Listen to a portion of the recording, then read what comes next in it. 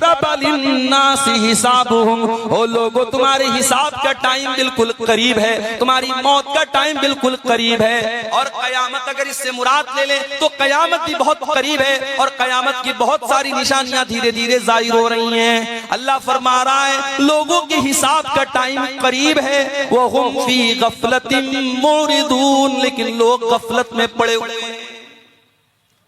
ये सबसे खतरनाक बीमारी है, गफलत की बीमारी। लोग गफलत में पड़े हैं।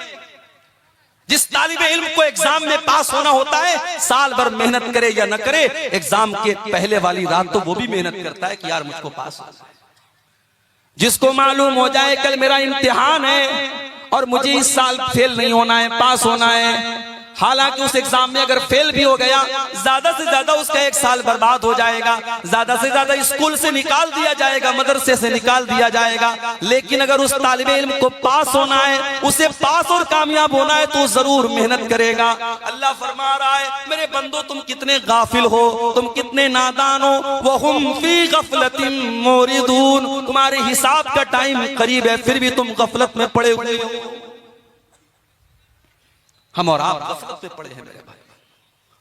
कितने झटकों का इंतजार हम करेंगे, कितनी बीमारियों और मुसीबतों का इंतजार हम करेंगे, कितनी जालिम हुकूमतों का इंतजार हम करेंगे, कितनी मस्जिदों के गिरने का इंतजार हम करेंगे।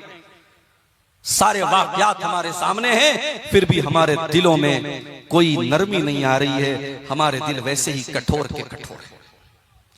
न हमारे नौजवानों की बेराह रवी में कोई कमी है, न हमारी बहनों की बेपर्दगी में कोई कमी है, न हमारे हराम कारोबारों में कोई कमी है, न हमारी नमाज से दूरी में कोई कमी है, न हमारे समाज में पाई जाने वाली बुराइयों में कोई कमी है। हमारे दिल आखिर कितने सख्त हो गए मेरे भाई। कुरान करीम के पहले पारे में अल्लाह ताला ने यहूदियों का जिक्र करते हुए फरमाया तुम कसत कुलूबुकुम मिन बादि ज़ालिका फहिय कल हिजारति औ अशद्दु क़स्वा। ऐ यहूदियों, तुमने इतने ज्यादा गुनाह किए कि तुम्हारे दिल पत्थरों से भी ज्यादा कठोर हो गए, तुम्हारे दिल पत्थरों से भी ज्यादा सख्त हो गए। व इन्ना मिनल हिजारति लमा यतफज्जरु मिनहुल अनहार। ऐ यहूदियों, पत्थर तो कुछ ऐसे भी होते हैं, उन पत्थरों में से नहरें जारी हो जाती हैं, उन पत्थरों में से पानी निकलने लगता है। व इन्ना मिनहा लमा यशक्कु फयखरुजु मिनहुल मा। कुछ पत्थर तो ऐसे भी होते हैं, वो फट जाते हैं, उनके अंदर सुराख हो जाता है और उसमें से पानी रिस रिस करके निकलने लगता है। व इन्ना मिनहा लमा यहबितु मिन खशियतिल्लाह। और कुछ तो पत्थर ऐसे होते हैं जो अल्लाह के खौफ से झुक जाया करते हैं। मगर ऐ यहूदियों, तुम इतने बड़े गुनहगार हो चुके हो, इतने बड़े अल्लाह के मुजरिम बन चुके हो कि तुम्हारे दिल तो उन पत्थरों से भी ज्यादा गए गुजरे हो गए। कुरान ने यहूदियों के बारे में कहा, मगर आज अपने दिल को टटोल के देखो मेरे भाई, आज हमारे दिल भी कुछ कम सख्त नहीं है। इतनी बड़ी बीमारी पूरी इंसानी तारीख में जिसकी मिसाल नहीं मिलती, जिसने पूरी दुनिया को ठप करके रख दिया हो, जिसने खाने काबा में तवाफ को रोक दिया हो, जिसने मस्जिद हराम के दरवाजे बंद कर दिए हो, शायद पूरी इंसानी तारीख में ऐसी बीमारी बहुत रेयर आई होगी। इतनी बड़ी बीमारी हमने और आपने देखी, उसके बाद भी हमारे दिलों में कोई फर्क नहीं आया। वजह क्या है मेरे भाई, इसका सबब क्या है? कुरान करीम हमें बता रहा है इसका सबब है गफलत की बीमारी। तुम्हारे दिल गाफिल हो चुके। अब सवाल ये पैदा होता है ये गफलत की बीमारी क्यों है और इसका इलाज क्या है। और आज मेरी तकरीर का टॉपिक यही है कि गफलत की ये जो बीमारी हम सबको घेर चुकी है। रमजान का महीना भी आ रहा है, आएगा और चला जाएगा, और मुझे मालूम है समाज में एक बड़ा तबका ऐसा है रमजान के आने से उसे कोई फर्क नहीं पड़ता। उसे तो ये फिक्र सताने लगती है कि अरे यार अब रमजान आ गया, अब 15 घंटे 14 घंटे भूखे रहना पड़ेगा, अब सुबह सहरी करेंगे, शाम को इफ्तार करेंगे, दोपहर का खाना नहीं मिलेगा। उसे चिंता इस बात की हो रही है। जबकि रमजान का महीना आता था, अल्लाह के प्यारे नबी खुश हो जाते थे, सहाबा खुश हो जाते थे। आप अल्लाह के नबी सल्लल्लाहु अलैहि वसल्लम सहाबे किराम को खुशखबरी दिया करते थे, अताकुम रमजान शाहरुन मुबारकुन शाहरुन युफ्तहु फी अबवाबुल जन्ना। आप साहबा से कहते थे, मेरे साहबा देखो बरकत वाला महीना आ चुका है, रमजान का महीना आ चुका है जिसमें जन्नत के दरवाजे खोल दिए जाते हैं, व तुगलक़ु फी अबवाबुज जहन्नम, और जहन्नम के दरवाजे बंद कर दिए जाते हैं, व तुगल्लु फीहि मरदतुश शयातीन, और शैतानों को कैद कर दिया जाता है, फीहि लैलतुन खैरुम मिन अल्फि शहर, और इस महीने में एक रात ऐसी है जो 1000 महीने से बेहतर है। नबी तो खुश होते थे, सहाबा तो खुश होते थे, इस उम्मत के बेहतरीन लोग दुआएं करते थे, रमजान के आने के 6 महीना पहले से दुआ करते थे, अल्लाहुम्मा बल्लिगना रमजान, अल्लाहुम्मा बल्लिगना रमजान, ऐ अल्लाह हमें रमजान तक पहुंचा दे। और जब रमजान आता था उसमें इबादत करते थे, तरावीह पढ़ते थे, कुरान पढ़ते थे, रोजा रखते थे, इबादतें करते थे, तो रमजान के बाद 6 महीना वो अल्लाह से दुआ करते थे, अल्लाहुम्मा तक़ब्बल मिन्ना रमजान, ऐ अल्लाह हमने जो रमजान में इबादत की है तो उसको कबूल कर। उनकी नजर में ये वैल्यू थी। मगर हमारे समाज में एक बड़ा तबका ऐसा है, रमजान आएगा चला जाएगा, उसको कोई फर्क नहीं। माफ करना मेरे भाइयों, अगर अल्लाह तबारक व तआला ने सन 1445 हिजरी का रमजान का महीना हमें और आपको दिया है या देने वाला है, ये हमारी बहुत बड़ी खुशनसीबी है। हमें से बहुत सारे लोग ऐसे हैं पिछले रमजान को हमारे बीच में थे, इस साल नहीं है। अल्लाह को प्यारे, अल्लाह ने हमें एक और रमजान दिया है। और यहां पर आप वो हदीस अपने सामने रखिए, इब्न माजा की सही रिवायत, हजरत तलहा रजी अल्लाह ताला अन्हु कहते हैं कि नबी के दौर में 2 लोग इस्लाम लाए, एक साथ इस्लाम लाए, और उस दो भाइयों में से एक भाई बहुत मेहनती था, दीन के काम में आगे आगे रहता था, दूसरा कुछ कमजोर था। जो मेहनती भाई था वो अल्लाह की राह में शहीद हो गया, और जो कुछ कमजोर था वो 1 साल के बाद अपनी नेचुरल डेथ उसकी हुई, और नेचुरल तरीके से तबई तौर पर उसकी मौत हुई। हजरत तलहा कहते हैं, मैंने एक दिन ख्वाब देखा, और ख्वाब में मैंने देखा कि जो इंसान मैंने देखा कि मैं जन्नत के दरवाजे पर खड़ा हूं, और जन्नत के अंदर से एक फरिश्ता आता है और उसको पहले जन्नत में लेके जाता है, जिसका इंतकाल 1 साल बाद हुआ था, और जो पहले अल्लाह की राह में शहीद हुआ था और जो दीन के मामले में ज्यादा मेहनत करता था उसको बाद में जन्नत में लेके जाता है। हजरत तलहा कहते हैं, मुझे बड़ी हैरत हुई, जब मेरी नींद खुली मैंने सहाबे किराम से इस ख्वाब को बयान किया।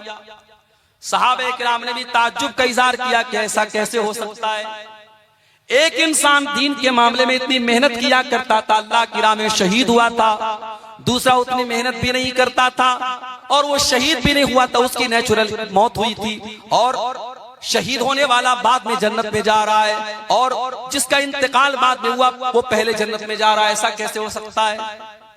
जब ये बात अल्लाह के प्यारे रसूल के कानों तक पहुंची, क्या फरमाया अल्लाह के प्यारे नबी ने? आपने फरमाया, क्या तुम्हें तलहा के ख्वाब पर ताज्जुब हो रहा है? ऐ मेरे साहबा, क्या तुम्हें हैरत हो रही है कि तलहा ने ऐसा ख्वाब क्यों देखा है?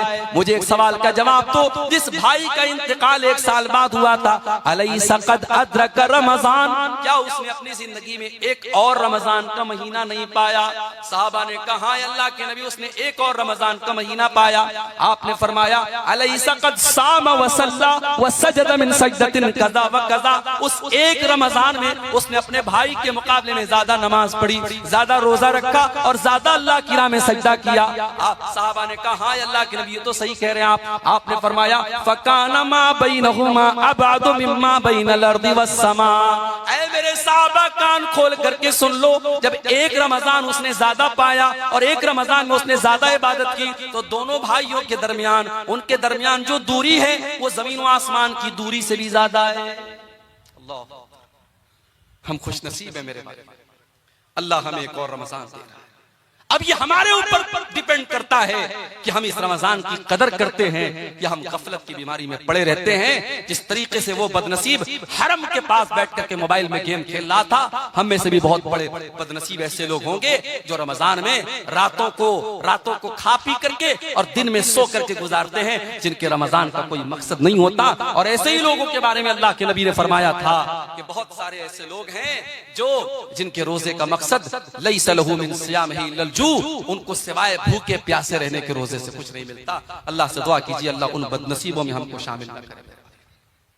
गफलत की बीमारी क्यों होती है? इंसान का दिल गाफिल क्यों होता है? तो नोट कर लो पहली वजह, इंसान का दिल गाफिल तब होता है जब इंसान अल्लाह ताला से नावाकिफ होता है, जब इंसान अल्लाह ताला को जानेगा, उसकी सिफात को जानेगा, उसके बारे में जानेगा, उसका दिल कभी गाफिल नहीं होगा। जिसके दिल में ये एहसास होगा कि मेरा अल्लाह तो जब्बार है, पकड़ने वाला है, इन्ना बच्चा रब्बिका लशदीद, मेरे रब की पकड़ बड़ी तेज है। जिस इंसान के दिल में ये एहसास होगा, ये दुनिया में कोई देख रहा हो या नहीं देख रहा हो, अल्लाह ताला तो सब कुछ देख रहा है। उसका कैमरा तो 24/7 ऑन है, उसका कैमरा तो कभी ऑफ होने वाला नहीं है। जब इंसान अल्लाह को पहचानेगा, जब अल्लाह को जानेगा, उसके दिल से गफलत की बीमारी दूर हो जाएगी मेरे भाइयों। इसीलिए जब हजरत लुकमान अपने बेटे को नसीहत करते हैं तो पहले क्या कहते हैं? पहले अल्लाह के बारे में अपने बेटे को बताते हैं, या बुनैया इन्नहा इन तकुम मिस्काल हब्बतिन मिन खरदलिन फतकुन फी सखरतिन औ फिस समावाति औ फिल अर्दि याति बिहल्लाह। हजरत लुकमान अपने बच्चे से कहते हैं, ऐ मेरे बच्चे, एक राई के दाने के बराबर भी अगर कोई चीज होगी, आसमानों के अंदर कहीं होगी, जमीन के अंदर कहीं होगी, और किसी चट्टान के नीचे छिपी हुई होगी, याति भी अल्लाह, अल्लाह का पावर तो ऐसा है, अल्लाह की कुदरत तो ऐसी है, अल्लाह उस राई के दाने के बराबर चीज को सामने ले आएगा। यहाँ बेचारा समझता है कि व्हाट्सएप की चैटिंग डिलीट कर दी तो खत्म हो गया, ब्राउजर की हिस्ट्री डिलीट कर दी तो खत्म हो गया। इसको ये लगता है कि मैंने मोबाइल पर जो कॉल हिस्ट्री में जिससे बात की, मैंने कॉल हिस्ट्री से डिलीट कर दिया तो किसी को पता नहीं चलेगा। अल्लाह से भी छुपा लोगे तुम? तुम्हारी उंगलियों ने क्या टच किया है, तुम्हारे कानों ने क्या सुना है, और तुम्हारी आंखों ने क्या देखा है, अल्लाह को सब मालूम है मेरे भाइयों। अल्लाह के पास सब रिकॉर्ड है, और कयामत के दिन ये रिकॉर्डिंग ओपन होगी। हत्ता इज़ा मा जाऊहा शहीदा अलैहिम समूहुम व अबसारुहुम व जुलूदुहुम बिमा कानू यअमलून। मेरे बंदो, कयामत के दिन तुम्हारी चमड़ी तुम्हारे खिलाफ गवाही देगी, तुम्हारी आंखें तुम्हारे खिलाफ गवाही देंगी, तुम्हारे कान तुम्हारे खिलाफ गवाही देंगे। वक़ालू लिजुलूदिहिम लिमा शहिदतुम अलैना क़ालू अंतक़नल्लाहु अल्लज़ी अंतक़ कुल्ल शै। इंसान कहेगा, ऐ अल्लाह, मेरी चमड़ी को बोलना कैसे आ गया, मेरी चमड़ी कैसे बोल रही है? इंसान की चमड़ी कहे कि आज अल्लाह ने हमको बोलना सिखाया, और हमसे तूने क्या क्या टच करवाया और क्या क्या टच किया, आज हम तेरे पोल खोलेंगे। ये है अल्लाह का पावर। जलसा हो रहा है, सड़क पर आप चल रहे हैं, जाहिर ये कर रहे हैं कि साहब हम जलसे में जा रहे हैं, प्रोग्राम में जा रहे हैं, मगर आपकी नजरें कहां कहां का तवाफ कर रही हैं, आपकी निगाहें कहां कहां जा रही है, किस किस मनाजिर को आप देख रहे हैं, अल्लाह को सब मालूम है। यालमु खाइनतल आयुनि व मा तुख्फिस सुदूर। अल्लाह तो वो है जो तुम्हारी आंखों की चोरी को भी जानता है, जो तुम्हारे दिलों में छुपे हुए राज को भी जानता है। अल्लाह को जितना जानेंगे मेरे भाई, गफलत की बीमारी उतनी दूर होती चली जाएगी। अगर गफलत की बीमारी से अपने आप को पाक करना है, अल्लाह के बारे में जानो। और अल्लाह के बारे में हम कैसे जानेंगे? जब हम कुरान का मुताला करेंगे, जब हम नबी की हदीसों का मुताला करेंगे। और जितना हम अल्लाह को जानेंगे, उतना अल्लाह का डर हमारे दिल में पैदा होगा, उतना अल्लाह से प्यार हमारे दिलों में बढ़ जाएगा। और इसीलिए अल्लाह कुरान में कहता है, इन्नमा यख्शल्लाह मिन इबादिहिल उलमा। अल्लाह से उसके बंदों में वही बंदे अल्लाह से डरते हैं जो उलमा होते हैं, जो अल्लाह को जानते हैं, जो अल्लाह का इल्म रखते हैं। जितना आप अल्लाह के बारे में जानेंगे, उतना आपके दिल में अल्लाह का डर पैदा होगा। दूसरी चीज, गफलत की बीमारी की दूसरी वजह, जब इंसान दुनिया में गर्क हो जाता है, डूब जाता है, दुनिया कमाने के चक्कर में इस कदर पड़ जाता है कि आखिरत को भूल जाता है, अल्लाह को भूल जाता है, तब इंसान का दिल गाफिल हो जाता है। इसीलिए अल्लाह कुरान में बार बार हमें मना करता है, मेरे बंदो तुम कारोबार भी करो, तुम बिजनेस भी करो, बाल बच्चों की परवरिश भी करो, शादी भी करो, बीवियों का हक भी अदा करो, बच्चों का भी हक अदा करो, लेकिन ऐ मेरे बंदो, माल के चक्कर में, औलाद के चक्कर में कहीं अल्लाह को भूल न जाना। माल तो मरने के साथ ही तुम्हारा साथ छोड़ देगा। औलाद कब्र में दफना के मिट्टी दे के चली जाएगी। कब्र में ना माल काम आएगा ना औलाद काम आएगी।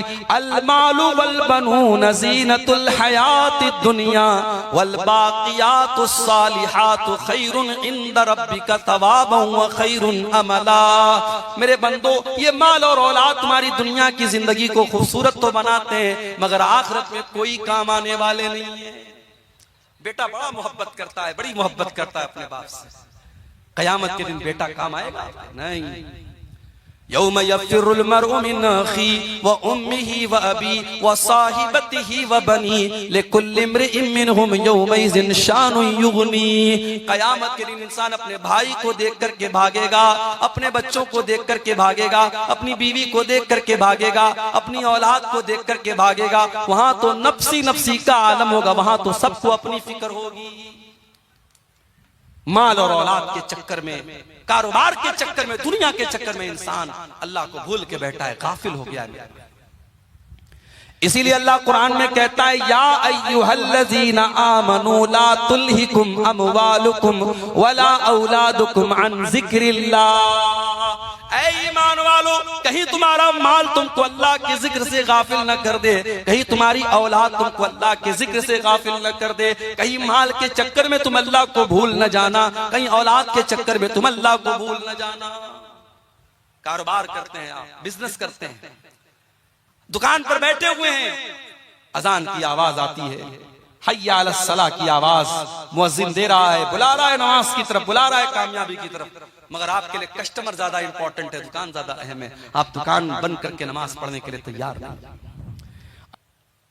चारों तरफ लोग नमाज पढ़ रहे हैं, उसके आगे पीछे लोग अल्लाह की बारगाह में रो रहे हैं, दुआएं कर रहे हैं, और वो बदनसीब इंसान खाने काबा से चंद फीट की और चंद मीटर की दूरी पर बैठ करके मोबाइल पर गेम खेल।